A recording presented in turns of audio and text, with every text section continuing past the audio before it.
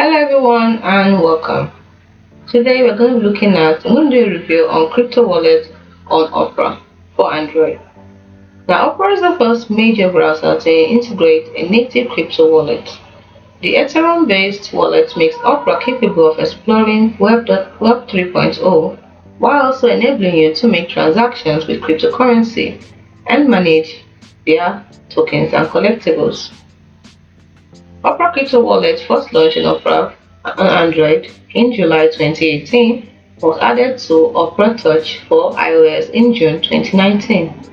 Opera for computers can sync with your crypto wallet, allowing you to send and receive cryptocurrency, explore Web 3.0, and manage your ERC-20 compliant collectibles and tokens directly from the computer browser.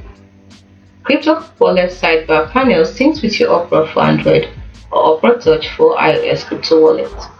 You can make transactions with the crypto wallet sidebar on Opera for computers and confirm the payment with your Opera for Android or Opera Touch for iOS browser. Your keys, collectibles, and tokens in your Opera crypto wallet are accessible on both your Opera computer and mobile browsers.